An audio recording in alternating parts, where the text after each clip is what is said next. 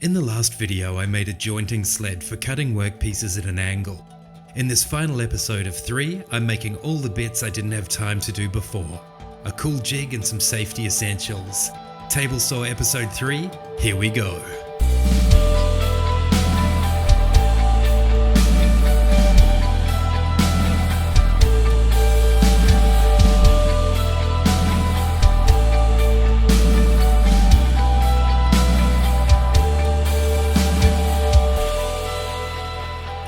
Welcome to episode 11 of this Luthiers workshop build series. Let's get straight into making things. First up, a thin strip ripping jig.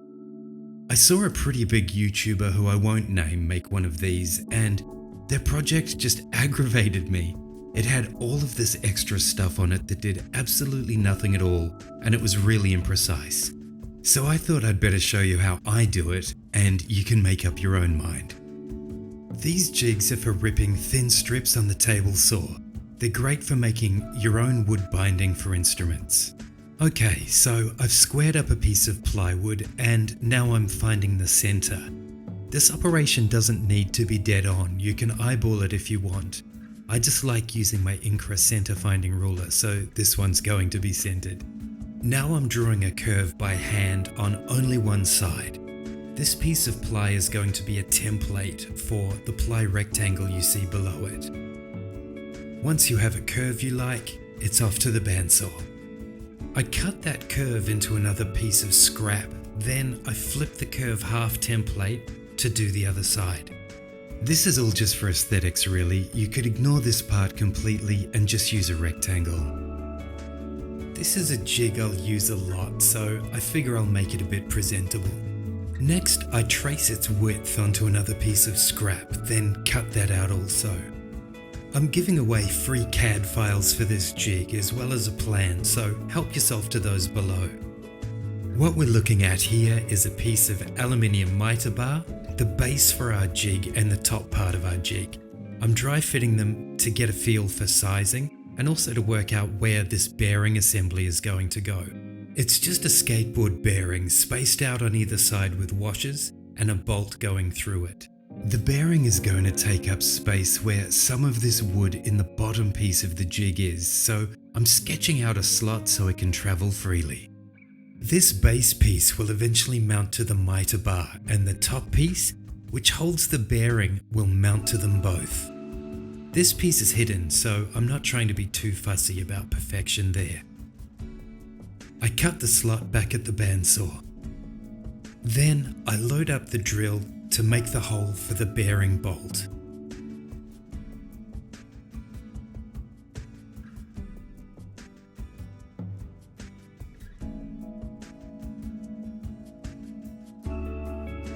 Now the bolt and bearing are mounted in the top piece of the jig, and the bearing can move within the bottom piece.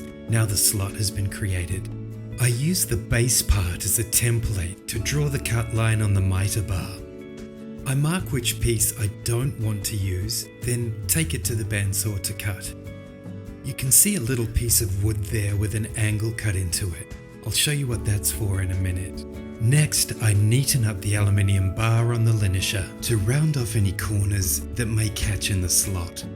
Okay, our mitre bar is sliding well. We have our top, our base, and that little piece of wood I just cut. Its job is to attach to the base of the jig and overhang the table so it stops the jig from sliding forward.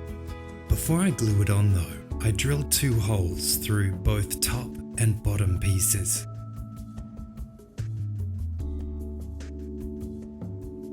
I pop a star knob in the first hole to keep both pieces aligned when I drill the second.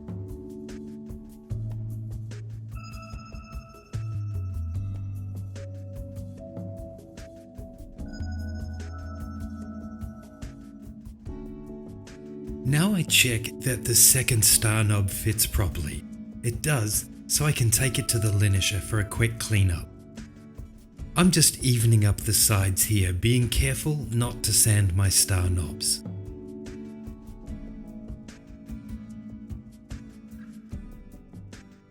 Next, I disassemble both pieces. Check out that cool Temple Guitars t-shirt. Drill the holes for the T-nuts, put 2 T-nuts in the holes and trace them, then freestyle route the holes out, put the T-nuts back in the holes, then pound them in.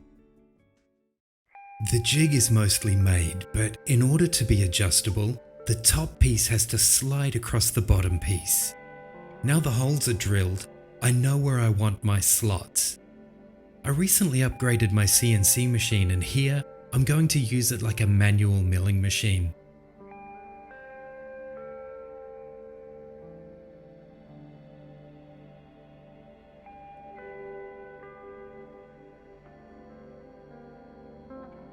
After it's cut, I shorten my bolt on the linisher. I'm holding it with a tool because it heats up very quickly.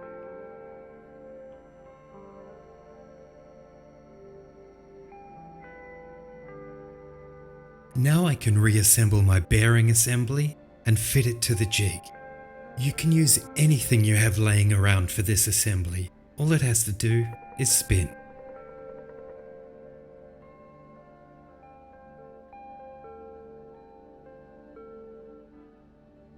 Then I can fit the mitre bar and the stop block to complete the assembly.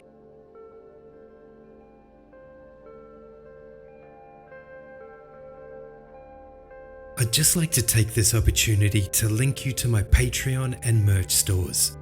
Both are great ways you can support small creators like me, whether it's by buying a sticker or a shirt, or donating to help cover the costs of videos like these. All the links are down below. Here I'm screwing the mitre bar to the base. Then I remove the clamps and fit the top piece onto that base.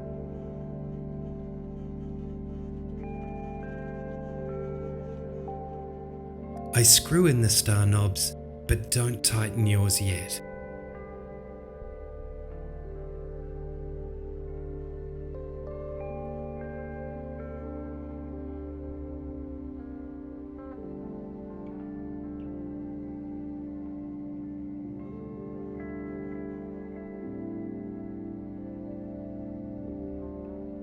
Put your finished jig in your mitre slot and push the stop block against your table.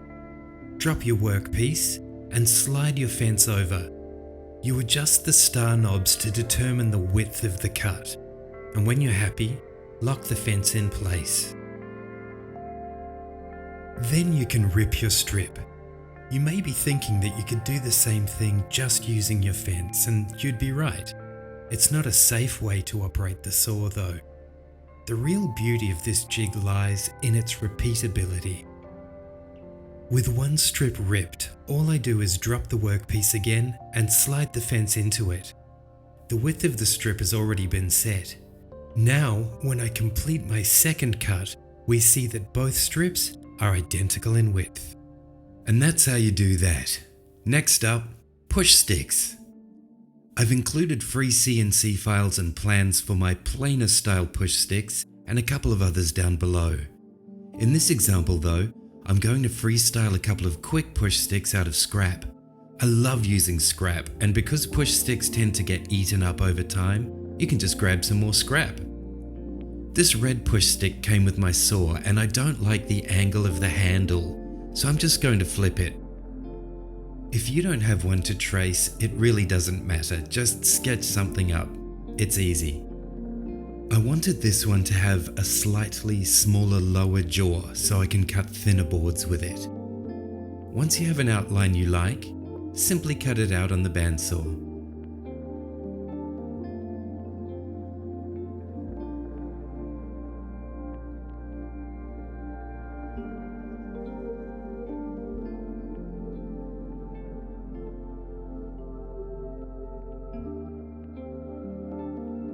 One of the cool things about bandsaws is you can use them like a spindle sander to knock off corners. I have a big blade which restricts my ability to turn tight corners, so this trick gets used pretty regularly.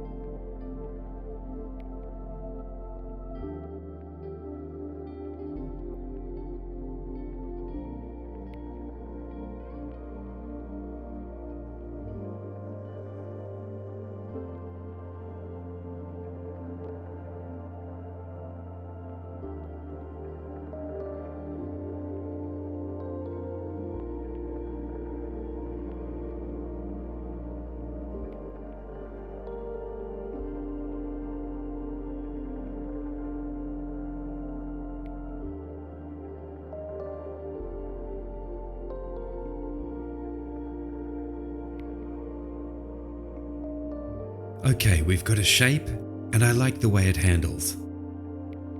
Don't forget to drill a hole in it so you can hang it up later. It's done. This next one is for when you want to push from a lower height, which gives you more control. I've made a triangular outline with a notch in the bottom surface for your board to fit into. Again, I've made it with the ability to work on thin boards. Now we're trimming off the bits we don't need, and hopefully you're seeing just how easy this is and how you don't need to buy every tool you see out there. I know when I started out, I had to learn everything by myself. YouTube didn't exist yet, and Luthiers that I knew were a hard group to get into. I was overjoyed when I realized I could make a lot of the things we use every day out of literal junk. If you want an Instagrammable push stick, make some out of birch ply or hardwood, brand them, and give them a few coats of oil. Then tag me so I can give you a like and tell you you're doing great.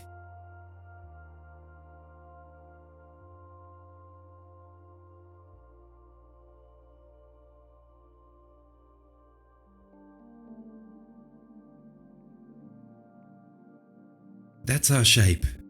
Now I can clean off the splinters on the linisher.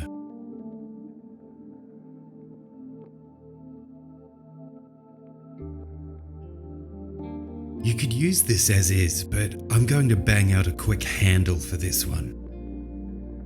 I'm using my hand gauge here to work out the thickness of the slot. If you're using my CNC plans, you can skip all of this stuff.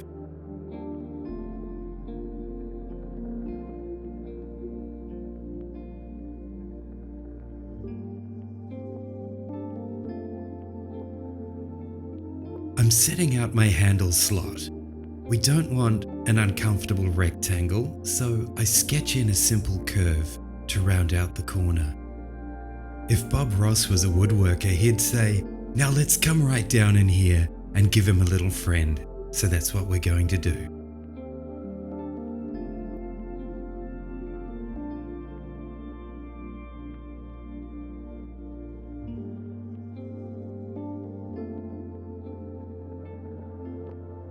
Now it's all sketched out, so I'm going to drill a hole somewhere inside the slot.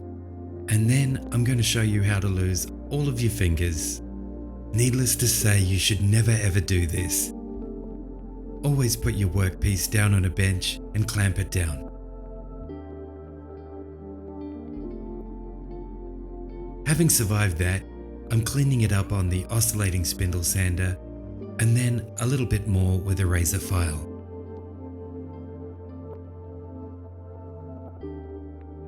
Now it's done, so I'm hanging it up with the others. This next project is really fast and fun. I call it my 5-minute featherboard. I've seen featherboards sell for $200 and that's just crazy. Let me show you what they do and how to, you guessed it, bang one up out of scrap. So here I've positioned my workpiece and fence ready to make the cut.